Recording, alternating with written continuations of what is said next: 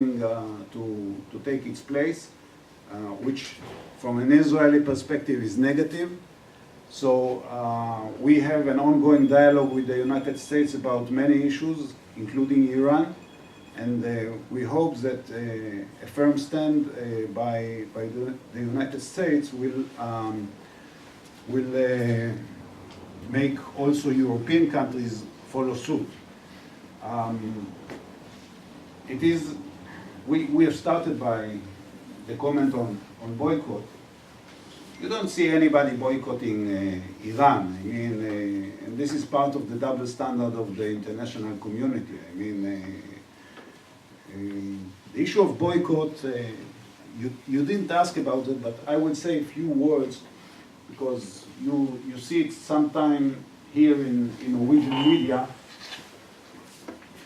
The issue of boycott doesn't have any practical, meaningful influence. The numbers of the Israeli economic trade or relations with the world are soaring high, I mean, in recent years, including with Europe, including with Norway. I mean, numbers are growing all the time. But the issue, it makes me, I will not be diplomatic now, it pisses me off. And why so?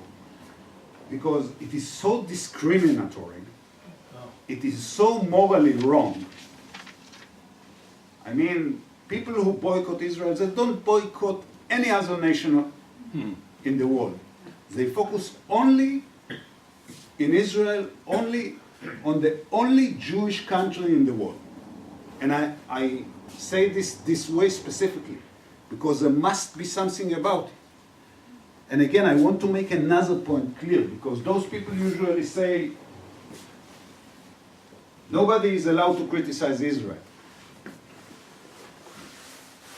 This is what you always say when, or hear when you deal with those people. And I say, this is so wrong. I mean, everybody can criticize Israel, and as a matter of fact, there is no country in the world that is more criticized than Israel. If you go to the Council for Human Rights in Geneva, the UN Council for Human Rights, you can see that they dedicate about 60% of their resolutions to Israel and 40% to the rest of the world. I mean, genocide in Syria, who cares? Some houses in Judea and Samaria deserve 7 resolutions, and the genocide of 500,000 people is barely mentioned. Now, if you look at the charter of this Council for Human Rights, you can see what they call item 7. You have item 4 and item 7. Item 4 serves to condemn violations of human rights across the world. Item 7 is dedicated only to Israel. It's the only country that is being singled out in the Charter of the Council for Human Rights. Now, why is that so? And this is not only the Council for Human Rights, this is also in the UN, in the plenary, in the resolutions of the UN, to the extent that the 2 last Secretary General of the institution, the current one, Gutierrez from Portugal, and the previous one, Ban Ki-moon, they openly said that the UN suffers from a heavy bias, a heavy and unhealthy bias and discriminatory attitude towards Israel. They said it.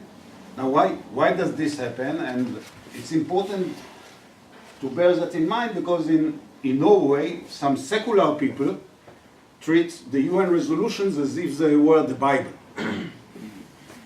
I mean, this is the UN. The UN said that Israel violates human rights. And I say, so what? So the UN said. The UN is a body composed by 192 states, member states, most of which are not democratic. Let's remind that. And the product that comes out from the UN is a political product. It's not a moral product. It has not been given by any deus ex machina. It's a political product of a body that is composed by non-democratic states. This is the UN. And in that framework, we should evaluate the products of the UN. So Norwegian counterparts of mine, which are very good people, tell me, but we don't have anything better. We don't have any alternative international organization. And I say, that's true. And this is why I'm not in favor of dismantling the UN. But let's recognize the handicaps and the deficiencies and not say the UN said so, this is why Israel is the biggest villain upon earth, which is the attitude that you later on see reflected in boycott resolutions. Please. Yes. Yeah. You mentioned that you feel, in a sense, that the Israeli society is some kind of ongoing political crisis because of the lack of a constitution and everything. But then my question is, how come did Israel become leading? I read recently that on the Nasdaq, Israel have more companies, entrepreneurs, new startup companies, than the rest of Europe. And as far as I know, you are leading in agriculture development. You have the highest production per acre in the world. And you are also leading in cancer research and everything. So my question is this some kind of governmental plan? Or did it just happen because of the right people were gathered on the same place? Well, it's a very good question. I would say the following. I mean, you're right. We have more Israeli companies that are in the Nasdaq, in the stock exchange for high technology in Wall Street than any other country in the world but the United States. And we have a very special ecosystem in technology. But then, if you will enter your car and you will try to drive in Tel Aviv or from Tel Aviv to Jerusalem, not at 5 o'clock in the morning, I mean in the rush hour or in any other hours that is not 5 o'clock, it's a total chaos. I mean, our transport infrastructure is so insufficient. I would dare say it is so primitive. Maybe it's not primitive as we see in other parts of the world, but it's insufficient. So sometimes I ask myself, how come that in some areas we are doing so good, and in other areas we are doing so lousy? And I really don't have a good answer. But I know that, for example, in technology, we are doing good because of, I would say, more than one reason. One key reason is security. I mean, since I mentioned the fact that we are in the middle of quite a problematic neighborhood around us, we, in a very early stage, understood that in order to be able to safeguard our existence in the area, we should be ahead of everybody else in the issues of security. And security, today more than ever, means technology. I mean, in the past, the big thing for a soldier in the military was to be in the infantry unit, in commando, etc., etc. Today, we still have those, but it became by far more important to be in the computers, in the cyber, in the intelligence. These are the real important units, because this is the battlefield of the future, which is basically the battlefield of today already. Now those people, the geeks, the geniuses of the computers, the hackers with license, call them as you wish, they enter the military at 18 and then they dedicate 3 years to improve the methods and the technology, and then they come out of the military service and they go into the startups. And they, of course, bring their friends with them, and they work together, and it's a rather small group of people, I mean, few hundreds, not more. And what they were doing yesterday in the military, they are doing now in the civil sphere. And then you can find it translated into the autonomous car, or you can find it in medical devices, or in any other spheres that needs the high technology. So one answer is the military service, and then the other is the fact that those people come out of the military service and they are still together. So there is a kind of, as I call it, it's an ecosystem. Now, a very essential part of technology and innovation is failure. People don't know that, but most people who got to be successful failed before that more than once. And in that point, the role of the government is very important. The government should give some kind of safety net, and it gives a safety net to all these entrepreneurs. If you fail, never mind. Continue trying. Don't be afraid of failure. Even encourage failure. Because failure is the way to succeed.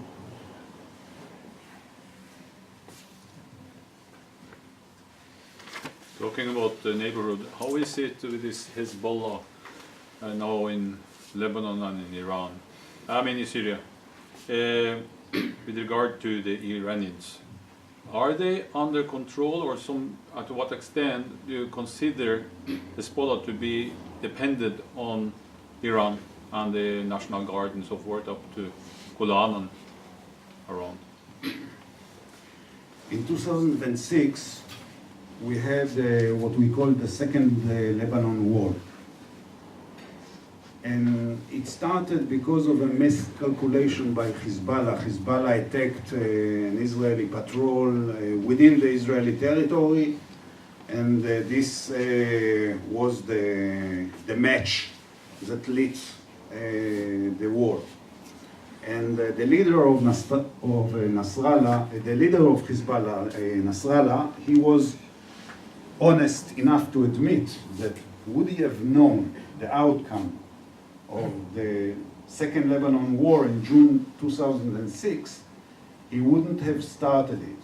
And he got reprimanded by the central government in Iran because the Iranis told him this wasn't the time, you should act when we tell you to act. Now, Hezbollah is a very special creature, a very special animal, if you'd like.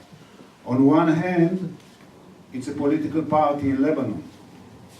People actually vote for Hezbollah in elections, and they are, in this respect, considered to be a legitimate player. On the other hand, they are a party who has armed forces that A, are bigger and stronger than the Lebanese army, and B, they get their instructions from a third party, which is Iran. So of course, Hezbollah today is totally an armed force in the service of Iran. I would say the worrying thing about that, beyond the mere fact of what I've just described, is that this is no longer the case only in Lebanon. This is also to a growing extent what happens in Syria, because Hezbollah in the last years was deeply engaged in the war to protect the presidency of Assad in Syria. So from an Israeli perspective today, basically we see a situation where the two northern fronts, the ones that we have with Lebanon and the ones that we have with Syria, are merging into one, in which Hezbollah is active on the two sides of the border, and it is active upon the instructions of Iran. Now I'm zooming a little bit out.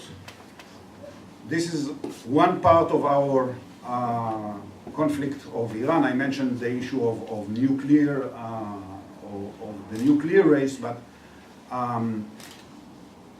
basically our policy in Syria, we don't care who will dominate Syria. What we care is that Iran will not have a stronghold or a meaningful stronghold in Syria, because we evaluate that this is a strategic threat to Israel because of what Iran stands for. And you know what Iran stands for. The leaders of Iran openly say that they would like Israel to disappear and they would like to act. I mean, Rafsanjani, years ago, he said, well, if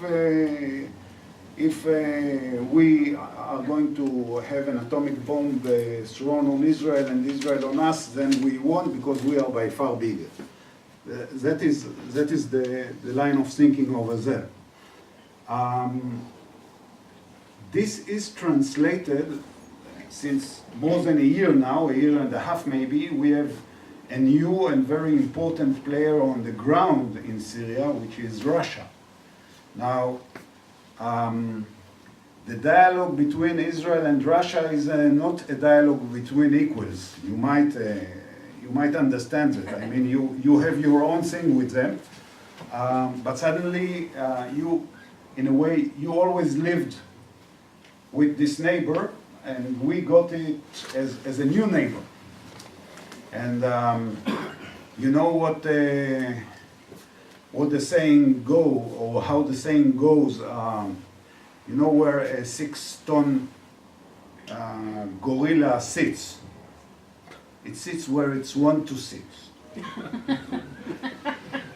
Okay. Nevertheless, we have our interests in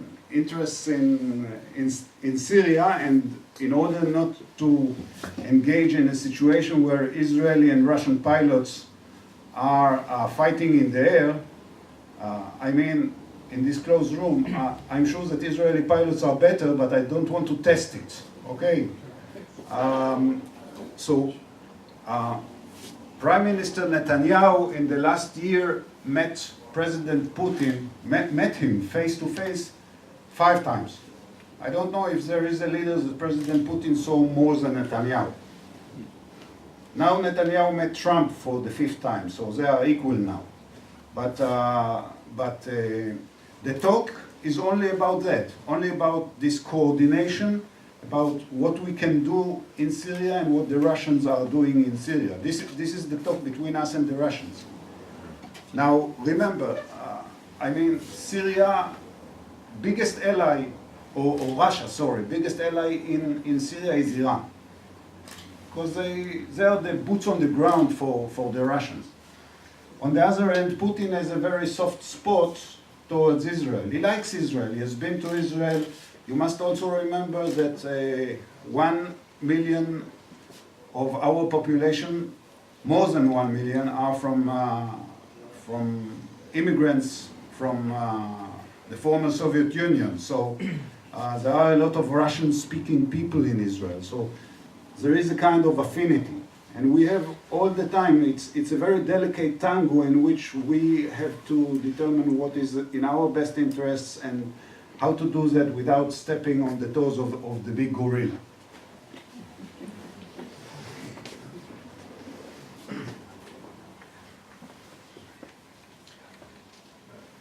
Yes, please. Sometimes I can hear on Norwegian news, which are not to be trusted all the time, of course, that there are some serious conflict between Egypt and Israel. And then I read United with Israel or World Israel News or something, and the picture is different. They cooperate on fighting the IS, they cooperate on ruining the tunnels. What's the truth? The short answer is the second. I mean, we have today, I think, better coordination and relations with Egypt than we ever had before.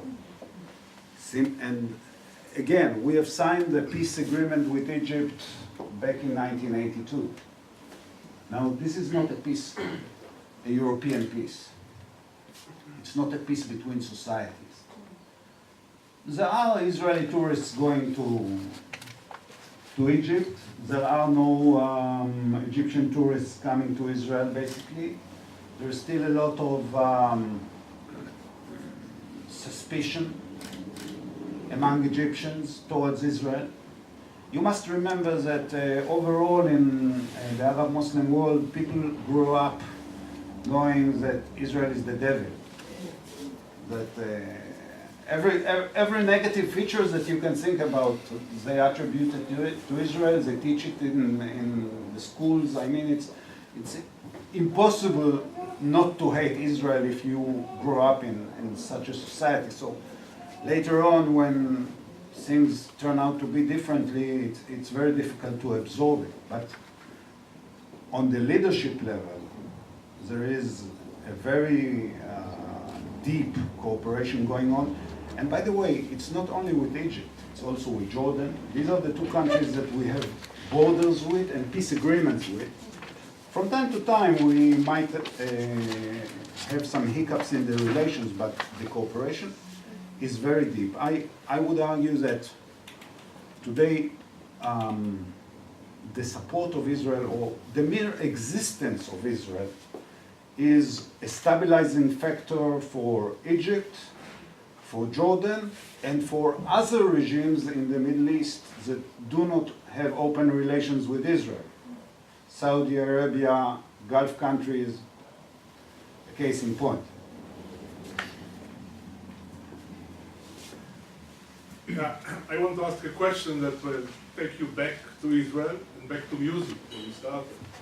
So there is a very famous conductor, Zubin Mehta, and he was for many, many years the conductor of the Tel Aviv Symphony Orchestra, Philharmonic. the Philharmonic Orchestra, and he was at the same time the conductor of the New York Philharmonic Orchestra. And he was asked once, what is the difference between conducting in Tel Aviv and conducting in New York? I think the answer will answer many of that questions that have been asked here. What did he say? Well, he say, do you know what does it mean to conduct an orchestra where you have 100 conductors? Everyone knows better than the real conductor. That's basically, I think, the answer to the high tech in Israel. Everyone thinks he knows better. He doesn't. He tries to perfect it. A lot of individualism, and I think that basically reflects the nature of the Israeli society. They're never happy. They want, and everyone have his own idea what to do. And that's, of course, not only high-tech, but it's also in music, in art, in all many other areas. Well, I would say a few things about that. One, you're absolutely right on the individual spirit of many people. I don't know if you heard Zubin Mehta is leaving his post after about 50 years because he's not getting any younger, and his replacement is an Israeli guy by the name of Lav Shani. He's very old, he's 29 years old, and he's going to be the replacement of Zubin Mehta at the head of the Israeli Philharmonic Orchestra. There is also, you know, about this spirit of not being satisfied and always looking for something else. You say that Israelis are not happy, but you know that there is this poll of which is the most happiest nation in the world, and this year Norway came out, I think, as number 1, and I would say that with good reason. It's a very good place to live in, but Israel came out as number 11, so which is a good place at the top of the list. Especially when you consider our self-image as people who are never happy. We always complain and see the problems, and of course we are working in order to improve it. But this is also to do with, I would say, the Talmudic tradition of the people who learned the Talmud years back, and they were always the technique of learning the Talmud is asking questions and having debates. So this is an environment that conducts itself in this way. I mean, it's we don't take no for an answer, and we always continue to look forward. I don't know, but I would like to ask you a question. I wonder every Easter and also rest of the year. My dad and when I was a child, we always bought orange from Jaffa orange, Jaffa appelsin, that's the Norwegian expression. And I don't know when it happened, but suddenly we can't get it anymore. So I wonder, is it because of any trade agreement or something, or have you stopped cultivating oranges, or what is happening? Well, there is an Israeli technological company, one of the first at this wave of innovation. It's called Java. So what we say is that the Israeli economy moved from Jaffa to Java. I cannot swear to you that we don't have oranges anymore. I really don't know. There might be still oranges being grown here and there, but you must remember that at least at the old age or at the beginning of Israel, the issue of oranges, in a way like cotton, needed a lot of water. And a lot of water is something that we never had. And in recent years we have less. I mean, we have solved the water issue by desalinating a lot of water and recycling a lot of water, and also creating the sophisticated agriculture in which you use the drip irrigation that gives the plant exactly the amount of water it needs. But I don't know to tell you to what extent this is used in growing oranges. I know that we grow tomatoes and we grow other stuff. Don't know about Jaffa oranges. Can try and find it out for you. Thank you.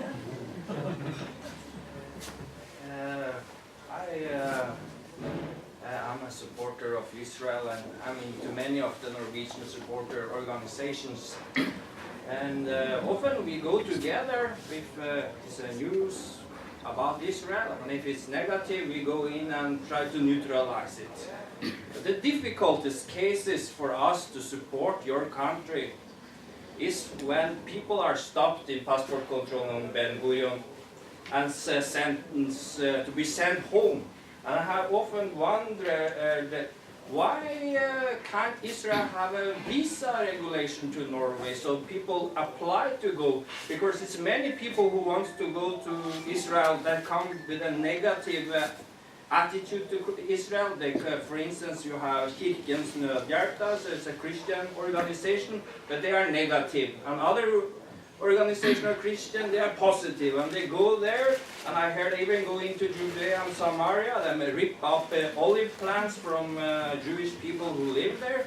And so when it's so many who comes to Israel with negative attention, why don't have a visa regulation? Why stop them there and make problem when they have arrived, and then we must come in the newspaper and defend this? And it's not always easy for us. When, like Russia, they don't allow people to come from Norway. They say, you don't come into our country. The same with America. When we go there, it's not a visa regulation, but we must apply on the internet. And if some reason they don't let us in, they let us know in advance, so we don't take the journey all the way to be stopped on the border in the airport.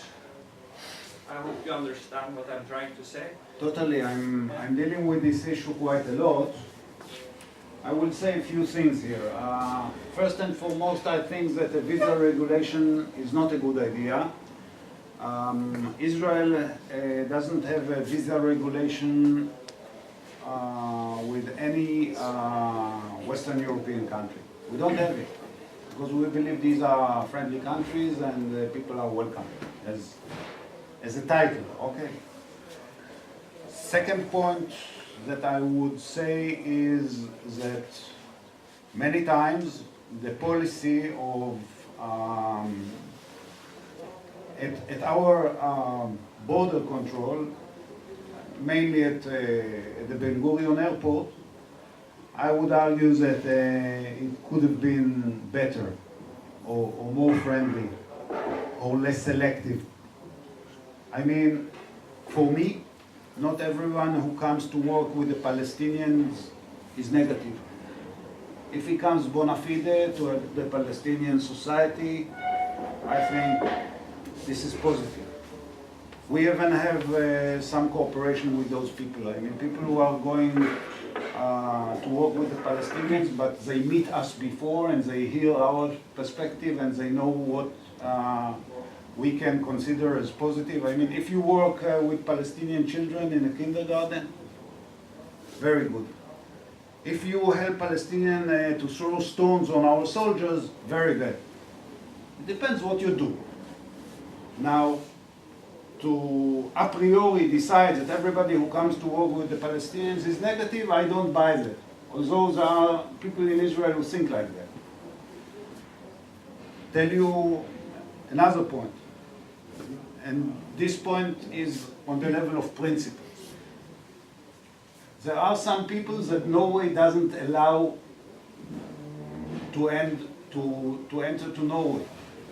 And each and every country has its own regulation. I mean, I'm absolutely sure that there is a list in the hands of Norwegian border authorities of people who should not enter Norway for many reasons. They can be radicals of some sort, I don't know. But such lists exists in the most open societies. So we have to agree upon the principle that each and every country has the right to decide who enters and who doesn't enter.